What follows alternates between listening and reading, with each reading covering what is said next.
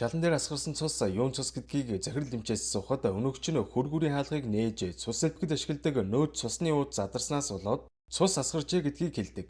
Хөлдсөн цуснууд гисэх явцдаа уудан задрах тохиолдол элбэг байдгийн гинэ. За ингээд өөр с ิจ гтэй зүйл байхгүй учраас манай хэд үүмэн тарьсан эргээр донгууг баривчилж аваад явах гэж ажитал захирал эмч нэрээ Сэмигийн бие дээр хөхнөц болцсон байсан шүү гэж цагдаа нарт хэлэхэд баг мөрдөгч чи ихнэрээ зодсон юм аа гэхэд донгуу үгүй энэ новш худлаа ярьж байна. Энэ эмч болохоор итгээд би ял эдэлж исэн болохоор итгэхгүй байгаа юм уу гэж орилж хашгицсаар л. Энэ үед эргүүлийн цагдаа нар Сэмигийн гэрт очисон боловч Сэми байхгүй. Аваас гэр бүлийн хүчирхийлэл байдаг эмэгтэйчүүд муу юм боллоо гэхэд зүхт нэгээд гутлаа гадаа тавих юм уу эсвэл хувцас бэлдсэн байдаг ч Сэми тийм зүйл алга. Энэ гэр бүлийн хүчирхийлэлтэй ямар ч холбоогүй юм шиг байна гэж Ёнсуу хэлэхва. Эмнэлэг дээр байгаа кануу маань ч энэ захирал эмч ямар нэгэн зүйл нуугаад байгааг мөрдөгч хүний зөн сонгороо мэдэрсэн үү яасан явж өгдөгвэ. Захирал эмч мөрдөгч нарт талархснаа илэрхийлээд ажлаа үргэлжлүүлэн хийх хэрэгтэй учраа явахыг хүсэхэд канав. Захирал эмч сэтгэл зүй сайтай хүн юм аа. Өөр хүн байсан бол юм болчоод байхад эмнэлгээ ганц өдөрч болтугай хаах байсан. Гэхдээ мань эмч над дээр мессаж хийх гэхээр маш олон хүн холоос ирдэг. Тэр хүмүүсээ одоод эмнэлгээ хаад чадахгүй л гэж авч байна. Захирал эмч совилогч аль аль нь нэг л биш. Сандарсан байдалтай байгаа нь манай эдийн сэжгийг улам төрүүлээд байсан тул совилогчийн араас яваа ортол нэг төрөвч нууж байгаа харагдах. Аваа үстэл Сэмигийн төрөвч байт юм да. Өө за энэ төрөвчийг хаанаас авав? Арай чи Сэмид янз бүрийн муу юм хийцэн биш биз? Гэж асуухад хагалгааны өрөөнд унтсан байхаар нь авсан л гэж авж байна.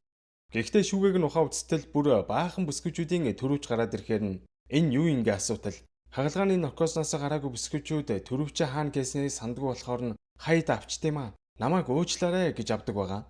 Гэмгүү царилаад байсан сайхан хулгайч ог юм штт. 112-ийн маань хэд совилогчийг шалгаа үстэл өмнө нь арсны эмнэлэгт ажиллаж байхдаа эмнэлгийнхээ мөнгнөөс хулгайлах гэж байгаад ажлаасаа халагдаж байсан түүхтэй бүсгүй байлаа. Кануу түнд хандаж хүн хулгайлж алсан эрэгт ормооргүй байвал аль үннээ л идэх. Тэгэхэд мань бүсгүй сандран Сэмид хагалгаа ихийн өмнө хун эмч орж ирээд их бохимдолтой байгаа нь мэдэгдэж байсан. Удалгүй хагалгааны өрөөнөөс гарч ирээд дотогшоо орж болохгүй шүү. Өвчтөн ганцаараа баймаар байна гэж хэлсэн. Ингээ удалгүй Сэми алга болцсон. Иннээс өөр юм мэдэхгүй нэрээ шүү гэд уйлж унжаад эхэллээ. За ингээд хамгийн сүүлд Сэмиг харсан хүн бол захирал эмч болж таарсан учраас хуу эмчийн талаар судлаа үзтэл 2015 оноос хойш гой сайхны эмнэлэг байгуулан маш амжилттай байсан ч жил бүр эмнэлгийнхээ байршлыг сольж байсан нь хачирхалтай байв. За ингээд их хачин байсан учраас хагалгааны өрөөл рүү ороод нөгөө цустай уутыг шалгаа үзтэл уут нь хагараагүй. Харин цус сэлб гэж оролдоод тагийг нээсэн уулмөр болж харснаар захирал эмч худлаа ярьсан нь баригдчихлаа. Магадгүй захирал эмч хагалгааны үеэр алдаа гаргаж Сэмиг хөнөөчөөд хаанигтээ нуусан байж магадгүй гэсэн хар төрөөл явчихна. Тэр дурын эмчийн өрөөлөө яваа ортол өрөөнд байдгүй шүү.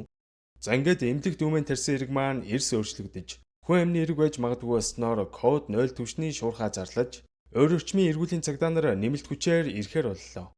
Манай эмнэлгийн дээд дууд давхрын энэ тэндгүй шалгасан боловч захирал эмч орсоргүй алга болчдөг шүү. 112 маань хэд судалж байгаад захирал эмч 2015 оноос хойш бараг сар болгон Макао руу явдаг байсныг нь олж мэдэх ба. Тэнд очиж казино тоглодог байсан нь ойлгомжтой.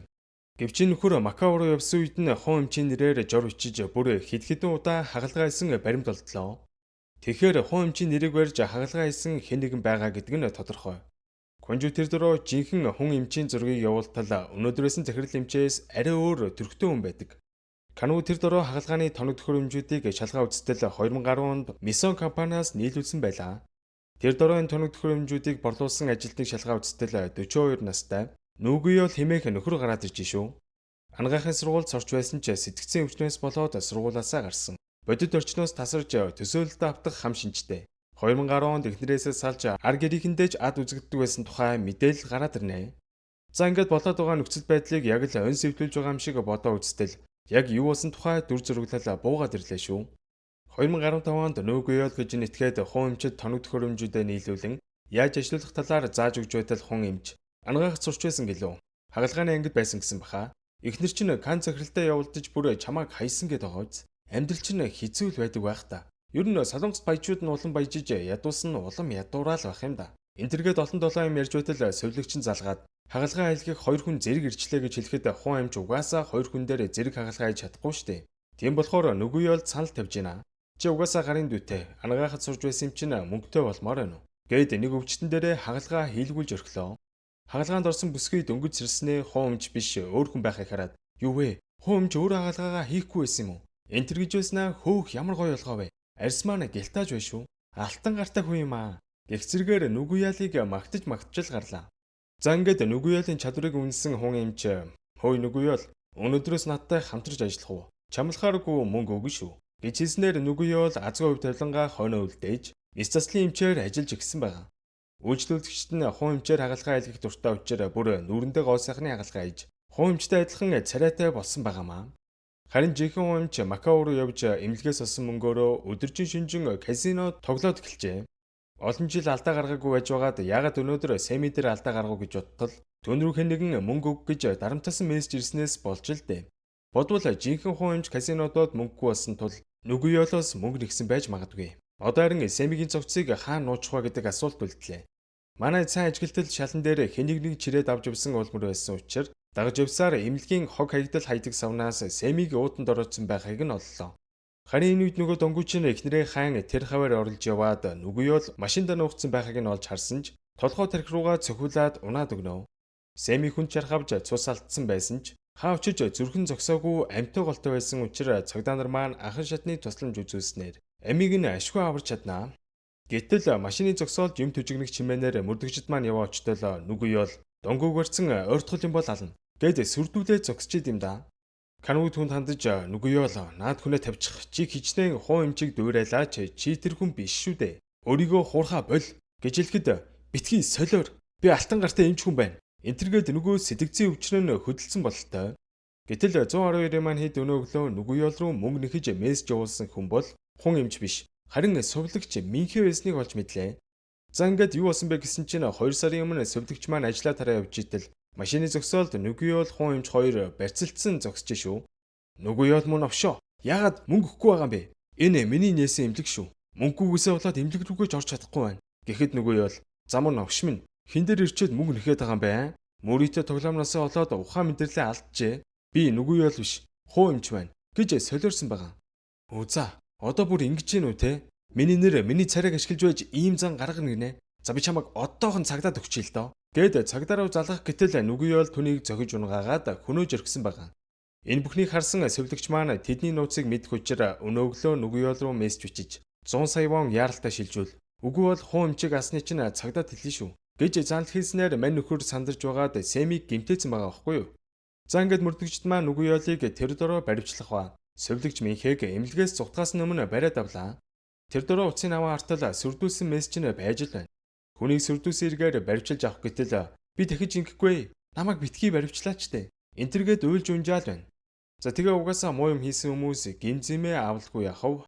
Харин хаавчиж Семи бүсгүй маань амьд гарахаар болж донгуу бүр уйлж унжаад бөө юм болно.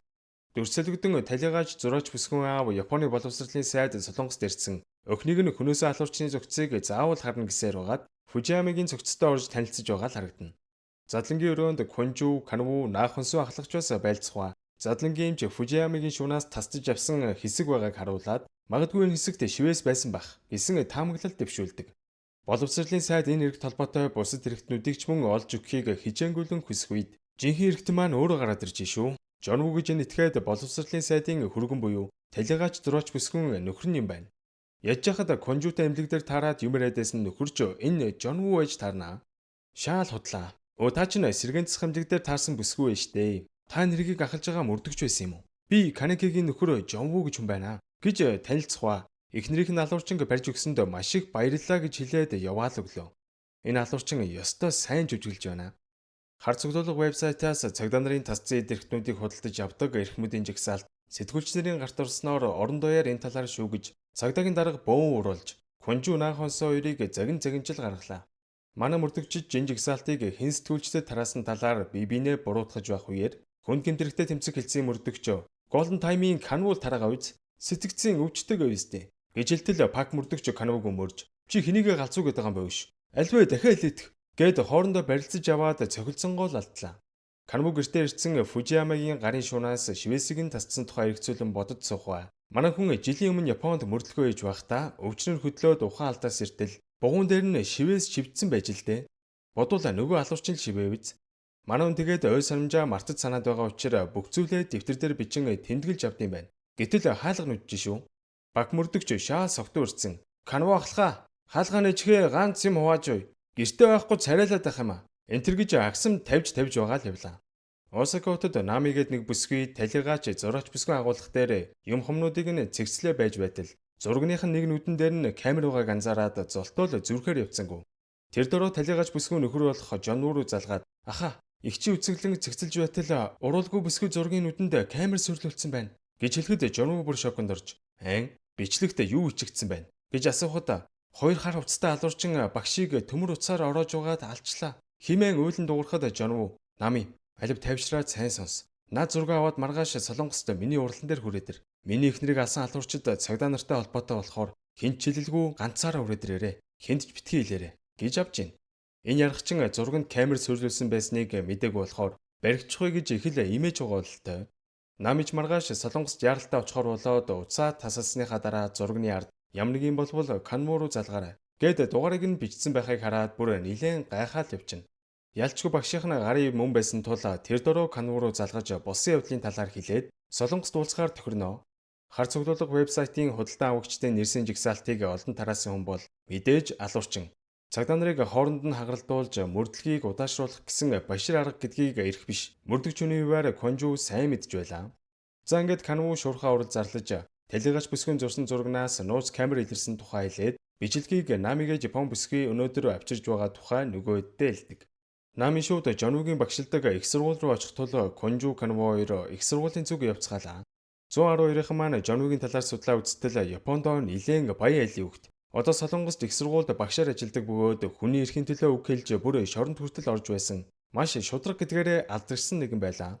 Энэ үед манай яргч маань их сургууль дээрээ лекц тавьсан. Хүний эрх яриад бие биенээ хайрлах ёстой. Гэх зэргээр уянгийн хайлал урсгаал зогсож байна. Шавнар нь багшигаа маш их дэмжиж бүр фэн клуб хүртэл байгуулсан ба. Өнөөдөр түүний талигаач ихнэрийн үзэглэн болох гэж байгаа юм байна. За ингээд манай хоёр Жонмогийн өрөөнд ирсэн хүлээж байтал ширээнийхэн зах дээр түлсэн орон байгаа нь нэг л сонин. Удалгүй Жонмо гаднаас орж ирээд "Өө сайн байцгаана уу? Ямар хэрэгээр явсан бол?" гэж асуухад "Танай талигаач ихнэрийн зурганд камер байсан гэсэн. Энэ талаар мэдэх зүйл байна уу?" гэж асуухад царайн сонин болсноо. Нами яхлаараа тантай ярьдаг үлээ. Эрдэнэт хүний амь авардагч багийнхныгаа аюулд оруулдаг тархиндаа асуудалтай мөрдөгчтэй би юм яриад нэмэр байгаа болоо да. Гэх зэргээр үг хаяад эхэлж шүү. За ингээд Нами доор ирсэн учраас мингуур уулзахаар доошо буунаа. Нами цагдаа нар руу ирсэн бол надад хэлэхгүй дээ. Гайхсан шүү гэж авжийн заван гарчаа. Мандүр арын өрөөнд орж бичлэгийг үзэх гэж байтал Жонвод нэг шууд ирнэ. Гэтэл фэн клубийнх нэг залуу "Багшаа байж байгаарай. Хамаагүй битгий задлаарай. Айгүй бол тесрэг бөмбөгч байж магад." Энтергээд бахаар нь Намиг арын өрөөнд ороод хүлээж бай. Гээл явууллаа. Жонвод хэд хоногийн өмнө нэг шууд ирсэн ба задлаа үзтэл шууд шилэн хагарсан байгаа. Түгээр зогсохгүй далчигнаа давил ална шүү гэсэн сүрдүүлгийн цагтэлж хэд ирсэн тул ингэж болгоомжилж байгаа гинэ. За ингээд задлаа үзтэл зүгээр нэг энгийн шуудан байсан учраас бүгд тавьшран арын өрөөлөө яваа орох гэтэл хаалгын төгжсөн байш шүү. Хаалгын нарай гэж ивдээд яваа ортол бүү үзэгд. Намиг яг зураач бүсгүй хөнөөсөн шиг нарийнхаа утсаар яргалан хөнөөж өргсөн байлаа. Манай хэд бүр шоконд орж Намид тусламж үзүүлэх гэсэн ч тэр хэдийн амьсгал хураасан байсан ба. Манжонмуу шаал худлаа туслах гэж байгаа юм шиг дүр үзүүлж ёстой сайн жүжиглж өгч гинөө. Та тэгээд гайхчихж магадгүй те. Жонвоо мөрдөгчтэй хамт байхад хин Намиг алчваа гэд. Энэ Жонвоо ч зөвхөн ганцаараа биш доороо хэд хэдэн туслахуудтай. Тэднэр нь бодвол Намиг алж харин Жонвоо алуурчин гэдэг хардлагаас өөрийгөө цэвэрхэн чөлөөлчж байна гэсэн. Ёстой адгийн шар юм даа. Аллах гарсан учраас нэмэлтгэж удалгүй ирж го мөрдөгч паг мөрдөгч нар ч нэмэгдээ ирлээ. За ингээд манайд Намигаас алуурчин барилгаасаа гараагүй байж магад гэж бодон хэдэн тийшээс олж барилгын өнцөг тохоо бүрийг шалгаж эхлэх энэ агшинд манай Канугийн маань толгой нүгдөөд өвчнөн хөдлөх гээд байсан учраас мөрдлөгийн ажиллагаанд тусвалж чадхааргүй байлаа. Мөрдөгчд маань барилгыг шалгаа авч байтал зойрны давхраас баахан могоо олж хардаг. Юу могоо вэ? Гээд гайхаа байжтэл хэргийн эзэн гараад ирлээ шүү. Шуудатай могоо барьцсан. Ойртод үзээрэй. Ойртгол юм бол шидий шүү. гэж байсан чи го мөрдөгч цохиол унахлаа. Таныг хүн алсан иргэн сэжигтнээр баривчлаа. Гэтэл юу хүн алах вэ? Би хүн алаагүй штэ. Эхнэр маань гадаадуудад зодуулаад одоо хүртэл имлэгт байгаа. Гэтэл тэр Жонвоо гэж новш хүний эрхэн тэр яриад байхаар нь зэвүүг хүрээд могоо тавих гэж байсан. Эднэр хүн атахгүй ямар ч хоргоо могоонууд гэж авд юм да. Жонвог хэд хоног сүрдүүлээд байсан нөхөр энэ хүн юм байна л да. Тийм болохоор Намигаас алуурчныг барьж чадсангүй алдчихлаа. Наахмас ахлах хэргийн газар ирж нөхцөл байдалтай танилцсгаа. Шүүх шинжилгээнийхэн хэргийн газрыг шалгасан боловч Хэтэрхий олон хүн орж гарсан тул хэрэгтний уул мөрийг олж чадхааргүй байдаг. Наах онцгой ахлах жануутай уулзаж харамсалтай юм болчихлоо. Их цочирдсан биз дээ. Фужиямад хамсаатан байгааг нь баттай мэдсэн болохоор заавал барих болно. Санаа зовлтгүй. Гэхдээ Нами бичлэг авчирж байгааг ягаад цагдаа нарт урьдчилж хэлээгүй юм бэ? Гэхэд миний буруу. Би болгоомж алдсан байна. Энтергээд бүр тойруулаад байдаг шүү. Хэрэгтэй өөрийгөө уран бүтээлч гэж боддог зүгээр бузар вебсайт ажиллаулдаг өрөвдөлттэй амьтанд үдий. Цаашид аюултай байдалд орвол бидэнтэй шууд холбогдож байгаарай. Гэжилтэл энэ Жонвугийн зөвөнд хурч наах онцгой ахлахыг араандаа 100 буу яв. Наах онцгой ахлах канвуутай уулзаад ярилцах гэтэл би цагдаагаас гарлаа. Гиснээ буу өнгөрийн тэмдэгэ өгөөд цаашид би алуурчныг ганцаараа мөшгнөөл гэж авч байна. Конжуучаас ирэн яагаад байгааг нь асуухад чиний хүслээр болъё. Гэжилээд явхаа наах онцгой ахлах канвууг барьж аваад яагаад ингэж байгаа юм бэ? Цагдаагаас гарчвал тэр алуурчныг яаж барих юм гэж асуухад би сая хүн алах шахлаа. Миний би улам муудаад байх шиг байна. Надад өртөө гэж Дэми Балайн бодхоо байл. Би юу ч хийж магадгүй шүү. Зүгээр хол бай гэж хэлээд явж одлоо. Энэ үед цагаан утсамссан нэг ах хүү цагдаагийн газрын урд эсэргүүцэл илэрхийлж байгаа юм гинэ. Чууд очоод би Азийн мөрөөдөл сангийн тэргүүний хувьд хар цуглуулга вебсайтаас хууль бус эдэрхтэн авдаг гаж амтан биш гэдгээ албан ёсоор зарлж байна. Пунсаны цагдаагийн газрынхан батлагдаагүй хурамч мэдээллийг олон нийтэд цацж миний нэр хүндэд халтсан шүүхэд өгнө гэд телевиз сэтгүүлийнхэн ирсэн бөө юм болж гинөө. Тэр чинээгээр манай эдийн мөрдлөг удааширж дарга нар нь дарамтлаад эхэлдэг. Харин цагдаагаас гарсан кануу маань эргчлөөгөө эдэлсэн шигэ. Эртээд Намыг үзэглэнгийн арын өрөөнд хэн алсан байж болох уу? Гэд эргцүүлээд бодож байгаа харагдана. Намыг үзэглэнгийн арын өрөөнд биш нисэх буудлын дээр байхад нь алчвал амар байх байсан. Ягаад заавал цагдаа нар байхад арын өрөөнд алсан юм болов гэж бодож байхдаа үзэглэнгийн гадаа нэг бандгар залуу байсныг анзаарж тэр нөхөр аллаг болох үед ердөөсөө харагдаагүйг гэнэт санах ба. Хэргийн гол эзэн Жонву цагдаа нарыг саатуулж байх хооронд бандгар залуу Намыг алсан болж таарлаа. Хэмээн таамаглаж эхэлнэ. Дүрсэлгдэг нөгөө гаж амтан чинь алсан хүмүүсийнхээ зургийг бахархалтай нарахгүй ханандаа өлгсөн байх ба. Алсан хүмүүсийнхээ хөл гар нүд ам гэдэл тус тусын эрхтнийг нь тастаж аваад бүхэлдэн хүний дүрс үүсгээд амжижээ. Энэ нөхөр өөрийгөө агуу уран бүтээлч гэж боддог бөгөөд одоо надад чихэл байвал боллоо. Хорвоогийн хамгийн гэмзэмгүй чих гэж хэлж байгаагаас харахад манай конжуг маань ядлах санаатай байгаа л бололтой.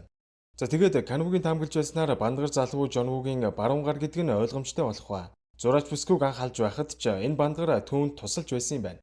Өөрсдийнх нь алхахыг нууцаар бичсэн бичлэгээ үзчихэд Жонву нэлээд бухимдаж хэн бичлэгийг хийснийг олж мэдхийг тэс чадан хүлээж байлаа. Энэ үед Жонсу маань зүгээр суусангүй.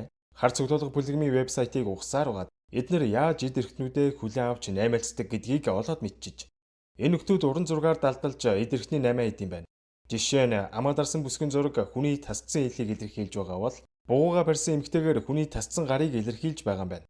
Гэтэл манайд бүр шокер мэдээлэл олж илрүүлэх ба нөгөө парт 3 дээр гардаг Жиншики аав Сүнжин группийн Ким захирал агооз маньхүү энэ вебсайтаас 3 жилийн өмнө шудраг өсийг хамгаалагч гар гэдэг уран зураг худалдаж авснаа маш сэжигтэй санагданаа. За тэгээд энэ зургийг нь Ким захирлын жолооч Пак гих нөхөр хүлээн авчилдээ. Конжу тэр дөрөв наа өнсөө мөрдөгч рүү энэ талаар хэлэх ба манай өнгө Пакта уулзгаар гэрлүүн яваал орлоо.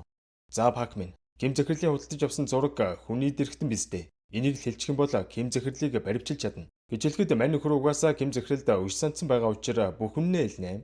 3 жилийн өмнө Ким захирал зураг авчир гэхээр нь очоод авсан. Гэтэл захирал зургийг нэг чараагүй мөртлөө. Хамт ирсэн хайрцагтай зүйлийг л ширтээд байсан. Гэтэл дотроос нь хүний хатаасан гар гарч ирсэн. Пунсаны цагдаагийн газрын мөрдөгчийн бугуу гэсэн. Гэж хэлэхвэ манай наах хонсоо мөрдөгч бүр шоконд орноо.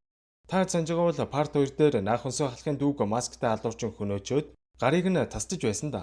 Дүүгийнх нь бугууг шагнал мэд хадгалж байгаа Ким захирлыг манай хүн бүр тултлаа үзэн ядаж тэр дөрөв төв рүү ярин нэг жиг зөвшөөрөл гаргуулснаар мөрдөгчдөө дагуулаад ирлээ. Ким захирал хүндээ уралж байсан ч баримтлага зөвшөөрөлтэй болохоор яаж ч чадахгүй штэ.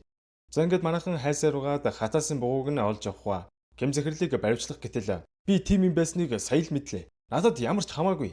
Энтергээд бахаар нь наах онсоо ахлах заамдаж аваад тэр хайрцагд байгаа зүйл дүүгийн минь бугуй гэж хэлээд Ким захирлын хоолойг боож алангаал шахна. За ингээд мань нөхрийг цагдаагийн газар авчираад байцаалт авч эхэлнэ. Захирлуудын зөвлөлөөс тийм дуудлага худалдаа байдаг гэж сонссон. Гэтэл удалгүй эзэн нь өөрөө над руу холбогдсон. Сар болгоны 30-ны өдөр бидэнд рүү нэвтрэх хаяг явуулдаг. Бидэн шиг тусгай үйлчлүүлэгчид жилдээ ганц удаа болдог дээд зэрэглэлийн дуудлага худалдаанд оролцдог. Баян бизнес эрхлэгчдийн дунд нэг яриа байд юм. Цагдаагийн ажилтны бугуутай бол хизээч баривчлагддаггүй гэдэг дом байдаг. Та нар Азийн бугуувч авдаг шиг би Аз дагуулдаг бугуул авсан. Юун сүртэй юм. Энтергээд бахаар нь наах хонсоо явж ороод "Заамар новш минь. Юу гинэ чи?" гээд цохих гэсэн чи бие барьж чаднаа. Тэгснэ энэ нөхөр хүснэг чинь хэлж игвэл намайг ялаас хэлтрүүлж чадах уу л гэж авж байна.